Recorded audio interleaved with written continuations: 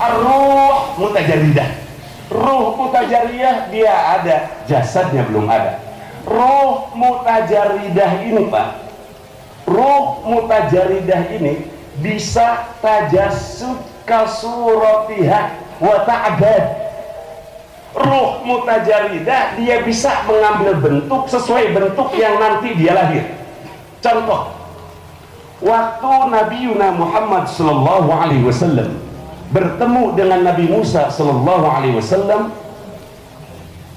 tatkala beliau Isra wal Mi'raj, Nabi Muhammad sallallahu alaihi wasallam ditanya oleh Nabi Musa, "A anta qulta ulama'u ummati ka anbiya'i bani Israil?" Hai Muhammad, bukankah engkau yang berkata bahwa ulama-ulama umatku itu bagaikan nabi-nabi Bani Israel? Ini dialog Nabi Musa dengan Nabi Muhammad waktu Isra. Kemudian kata Nabi Muhammad, iya, aku berkata demikian bahwa ulamaku lebih itu bagaikan nabi-nabi Bani Israel. Kemudian kata Nabi Musa, coba kamu hadirkan ulama yang mana yang dia bagaikan nabi umatku, bagaikan nabi Bani Israel. Fa'akhdara ruha al-Ghazali.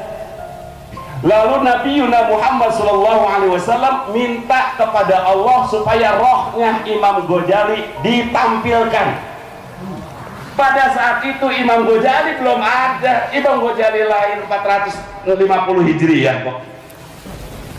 Sementara Isra wal Mi'raj udah lebih dulu, tahun Hijriah belum ada. Itu 2 tahun sebelum Rasulullah hijrah. Posisinya di Mekah.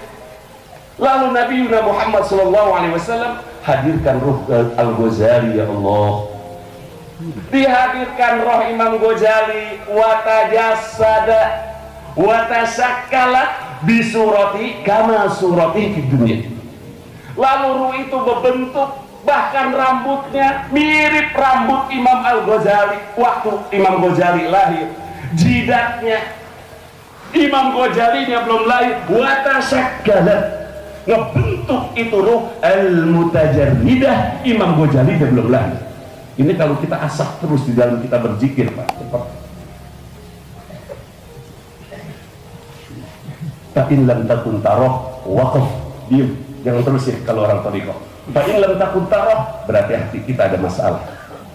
Memandang Allah tidak dengan kecintaan, tidak dengan mahabbah. Orang apabila tidak cinta tidak akan pernah bisa berangkat. Bapak kalau nggak cinta dengan Buya nggak pulang ke sini, betul? Apalagi ke Allah.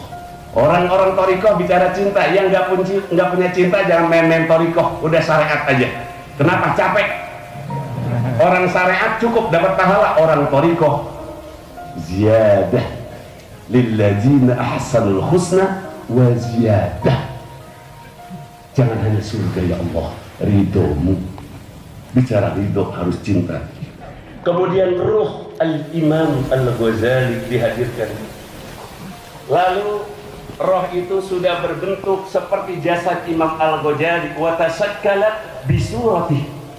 Lalu dialoglah Imam Al-Ghazali dengan Nabi Musa alaihi salatu wasallam. Nabi Muhammad sallallahu alaihi wasallam menyaksikan. Kemudian kata Nabi Musa, man anta? Siapa kamu? Imam Ghazali langsung ngejawab, ini namanya ruh apa? Ruh mutajar. Ana Muhammad bin Muhammad bin Muhammad bin Muhammad Al-Ghazali. Ana Muhammad bin Muhammad bin Muhammad Al-Ghazali. 3 kali Muhammad. Kemudian kata Nabi Musa, saya itu cuma nanya namamu, kenapa bapak sama kakekmu dibawa-bawa? Siapa namamu? Kenapa kakek? Bapak kok dibawa-bawa?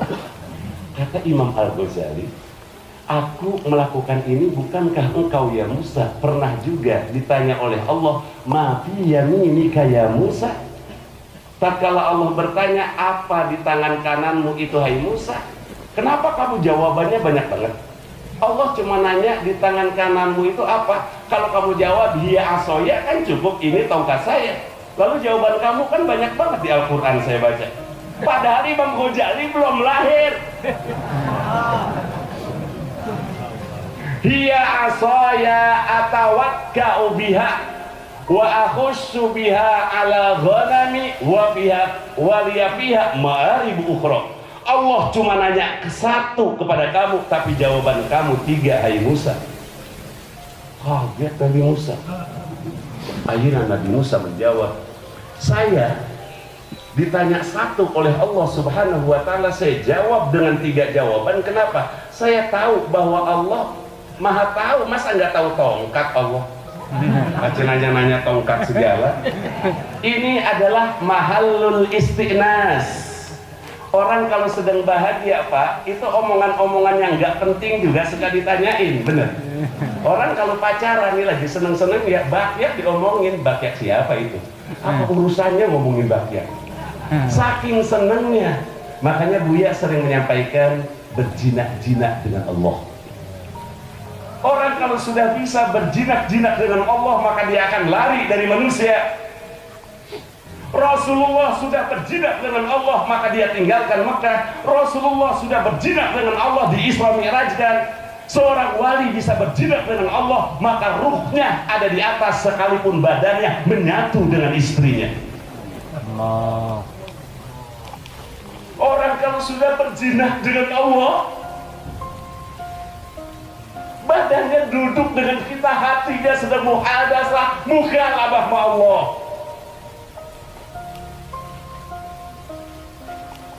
Wahadihi al-hiyabil adwanat wal ahwa. Ini dirasakan dengan rasa hati dan tingkah dan adanya pendidikan seorang muslim.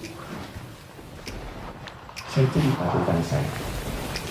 Mungkin kalau Bapak terlalu dekat dengan Buya kali ya, saya tidak tahu bagaimana rindunya saya dengan Buya setelah sholat maghrib. Saya beristighnas dulu dengan Allah, meminta izin sampai saya bisa merasakan. Nanti kita terangkan pada ruh berikutnya, ruh mursyid itu bisa hadir. Sebab ruh tadi ada 3. Bagaimana ruh bisa hadir di guru kita, baik yang sudah meninggal atau yang masih ada, bisa hadir. Karena bagian-bagian ruh tadi. Makanya kenapa yang jauh kadang-kadang akhlaknya lebih bagus, karena dia membutuhkan kesungguhan yang sebenarnya dan meletakkan ruh pada pintu ridho Allah. Sehingga tatkala dia berhadrat kepada gurunya, seakan menyatu dengan gurunya.